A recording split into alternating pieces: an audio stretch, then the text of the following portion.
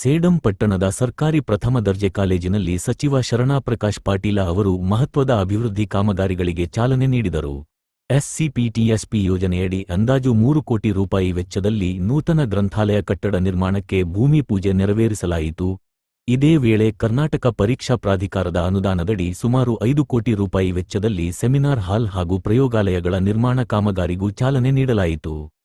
ಕಳೆದ 3 ವರ್ಷಗಳಿಂದ ಸೇಡಂ ಸರಕಾರಿ ಡಿಗ್ರಿ ಕಾಲೇಜಿನ ಸಮಗ್ರ ಅಭಿವೃದ್ಧಿಗೆ ಹಲವು ಪೂರಕ ಕಾಮಗಾರಿಗಳನ್ನು ಕೈಗೊಳ್ಳಲಾಗಿದೆ ಎಂದು ತಿಳಿಸಲಾಯಿತು.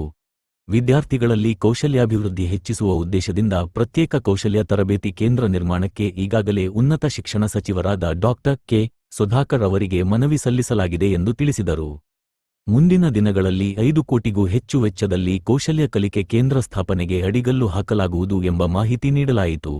ಸರಕಾರಿ ಕಾಲೇಜಿನಲ್ಲಿ ಗುಣಮಟ್ಟದ ಶಿಕ್ಷಣದ ಜೊತೆಗೆ ಪಠ್ಯೇತರ ಚಟುವಟಿಕೆಗಳಿಗೂ ಹೆಚ್ಚಿನ ಆದ್ಯತೆ ನೀಡಲಾಗುತ್ತಿದೆ. ಈ ಕಾರ್ಯಕ್ರಮದಲ್ಲಿ ಕಾಲೇಜಿನ ಅಭಿವೃದ್ಧಿ ಮಂಡಳಿ ಸದಸ್ಯರು, ಸಿಬ್ಬಂದಿಗಳು ಹಾಗೂ ವಿದ್ಯಾರ್ಥಿಗಳು ಉಪಸ್ಥಿತರಿದ್ದರು.